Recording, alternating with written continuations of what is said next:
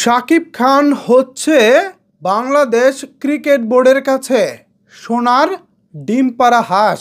কেন বলছি এই কথা আপনারা শুনলে তো অবাক হয়ে যাবেন।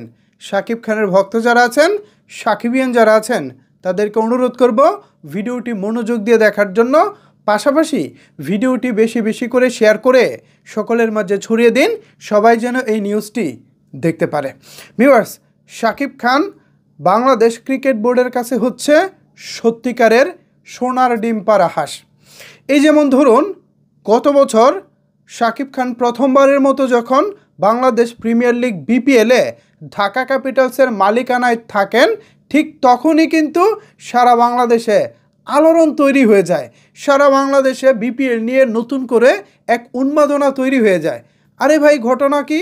যে বিপিএল নিয়ে সাধারণ মানুষজনের কোনো প্রকার কোনো আগ্রহ ছিল না, যে বিপিএলে টিকিট বিক্রি হতো পুরো টুর্নামেন্টে 2 কোটি 3 কোটি টাকা, সেই বিপিএলে কিনা টিকিট বিক্রি হয়েছে রেকর্ড 13 কোটি টাকা পুরো টুর্নামেন্টে। আগে যেখানে 2-3 কোটি টাকাও বিক্রি হতো না, সেখানে শাকিব খান যুক্ত হওয়ার পরে বিপিএলে দর্শকদের আগ্রহ ছিল তুঙ্গে।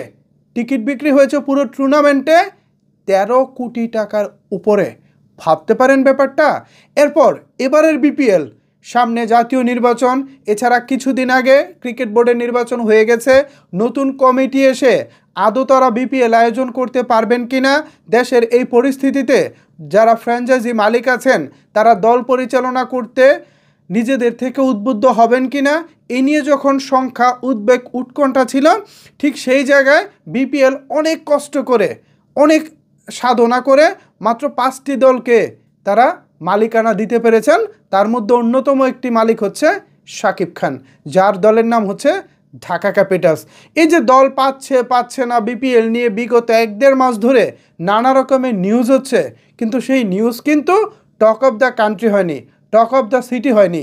যখনই আজকে শাকিব খান বিপিএলে 5 বছরের জন্য দল নিচ্ছে, এরকম একটা নিউজ চলে এসেছে, তখনই খেয়াল করে দেখবেন চারিদিকে বিপিএল নিয়ে একটা ব্যাপক হইচই শুরু হয়ে গেছে।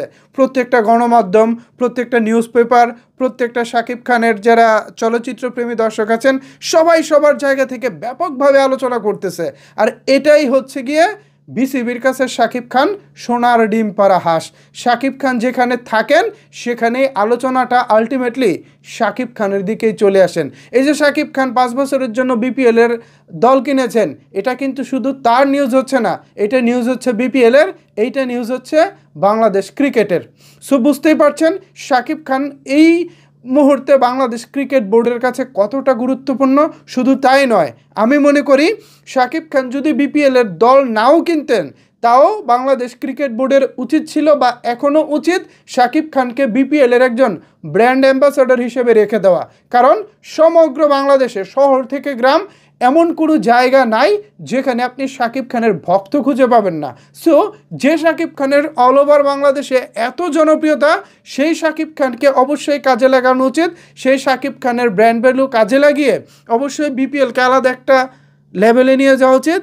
এটা আদৌ বিসিবির মাথায় আছে কিনা জানি না, তবে না থাকলেও এটা মাথায় রাখা উচিত ছিল।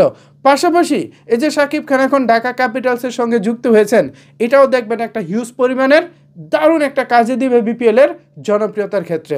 সুবিয়ার্স, আমার কাছে এমনটা মনে হয়েছে। এখন আপনাদের মতামত জানতে চাই, আপনাদের কাছেও কি ঠিক এমনটাই মনে হয়, নাকি আপনারা অন্য কোনো ভাবনা ভাবতেছেন? জানিয়ে দিতে পারেন আপনার মন্তব্য নিচের কমেন্টস বক্সে। ধন্যবাদ সবাইকে এতক্ষণ আমার সাথে থাকার জন্য।